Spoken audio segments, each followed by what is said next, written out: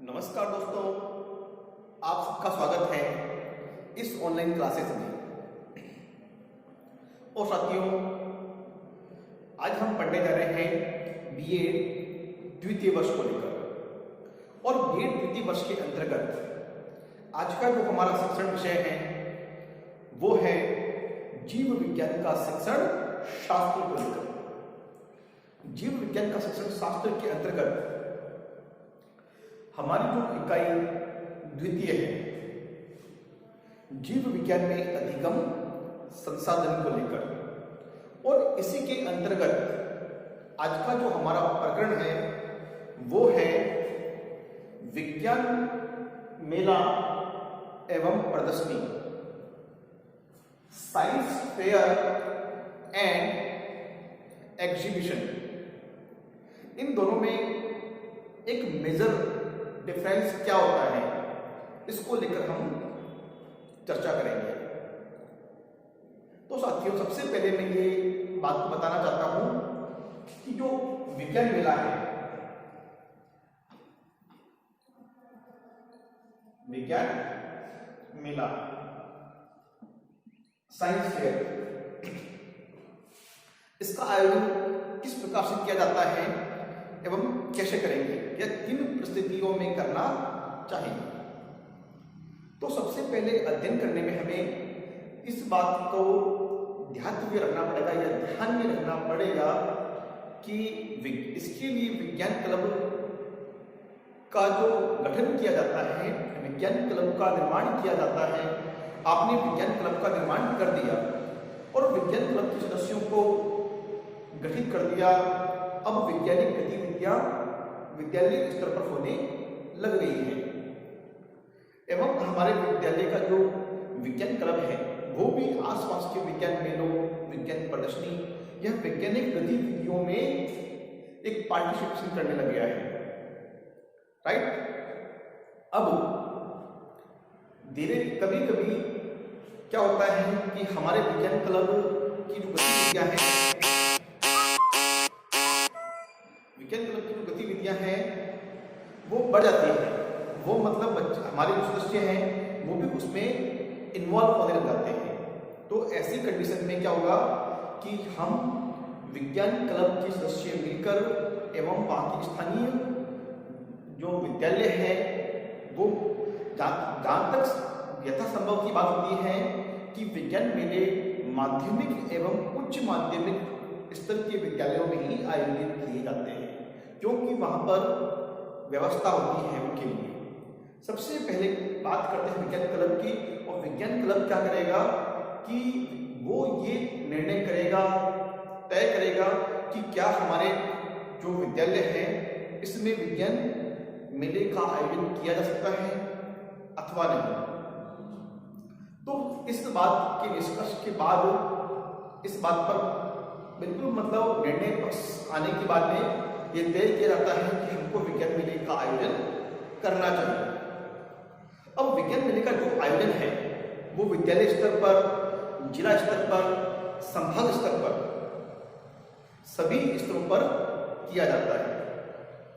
तो विज्ञान मेले का आयोजन के लिए आसपास के सभी विद्यालयों में, आसपास के सभी विद्यालयों में एवं जहां विज्ञान क्लब है आयोजित है वहां पर भी क्या विज्ञान विषय, चाहे वो अनिवार्य रूप में पढ़ाया जा रहा है चाहे एक संकाय के रूप में पढ़ाया जा रहा है, वहां पर भी उस निर्धारित जिस दिन मेले का आयोजन किया जा रहा है और जिस तिथि से लेकर जितने दिन तक, जैसे 3 दिन का है, 4 दिन का है या साप्ताहिक विज्ञान मेले या प्रदर्शनी का आयोजन किया जा रहा है, तो उस तिथि के अंतर्गत उसका पहले से ही सूचना दी जाती है, किसी पत्र व्यवहार के माध्यम से, किसी पोस्टर के माध्यम से या इलेक्ट्रॉनिक मीडिया के माध्यम से अथवा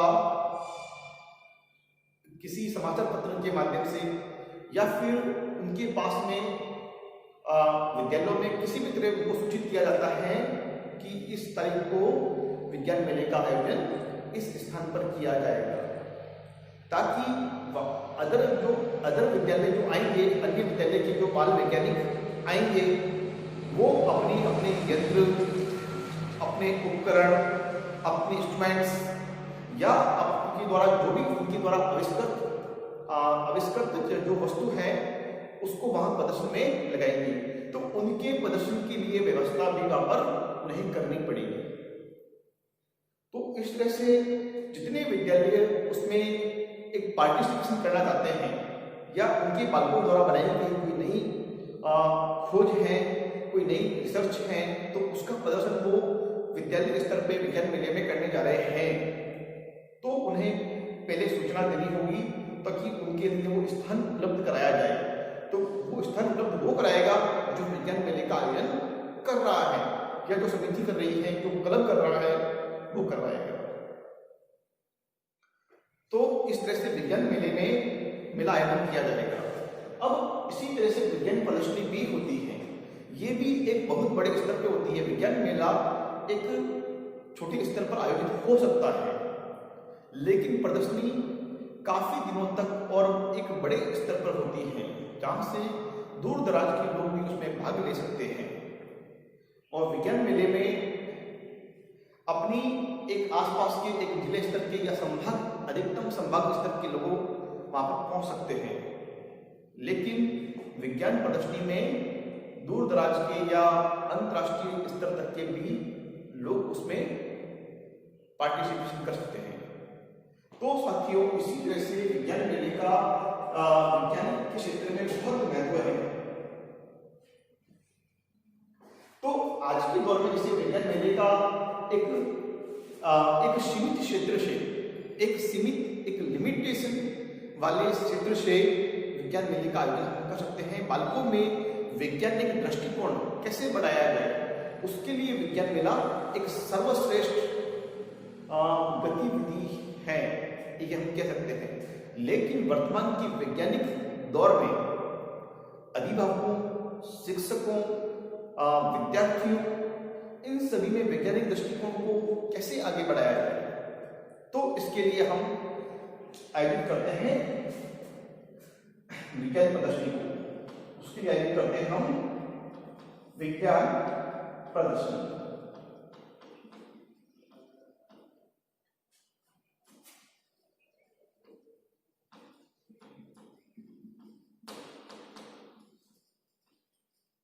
विज्ञान प्रदर्शनी, साइंस एग्जीबिशन।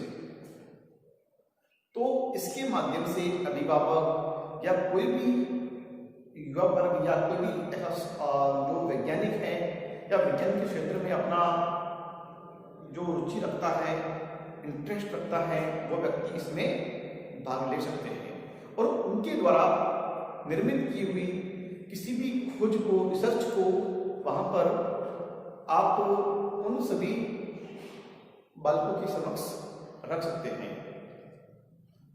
तो इस तरह से विज्ञान प्रदर्शनी और विज्ञान मेले में कुछ अंतर पाया जाता है। तो इसी विज्ञान मेले के द्वारा हम राज्य स्तरीय विज्ञान मेले को भी आयोजित कर सकते हैं और साथियों, विज्ञान मेले या प्रदर्शनी के माध्यम से हम बालकों में वैज्ञानिक गतिविधियों की रुझान एवं बालकों में विज्ञान के प्रति एक रुचि उत्पन्न करने का कार्य भी कर सकते हैं। और इन विज्ञान मेलों में जो भाग लेने वाले जो शिक्षक हैं, विद्यार्थी हैं, उनको पुरस्कृत भी किया जाता है।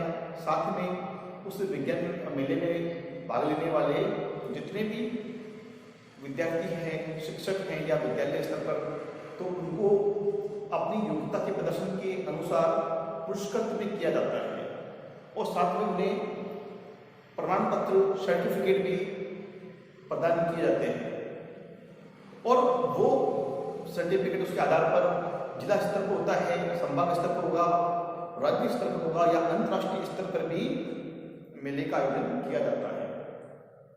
और इसी तरह से वैज्ञानिक, हमारे भारत के बाल वैज्ञानिक आगे बढ़ते हैं और अपनी खोज में आगे बढ़ते हुए हमारे देश में वैज्ञानिक दृष्टिकोण को नए आयाम देते हैं। तो मुख्य तौर पर जो साथियों जो अंतर था विज्ञान जो प्रदर्शनी में, वो मैंने आपको स्पष्ट कर दिया है। तो आज के लिए साथियों इतना ही, फिर मिलेंगे हम अगले वीडियो व्याख्यान में। तब तक के लिए बहुत बहुत धन्यवाद। जय हिंद, जय भारत।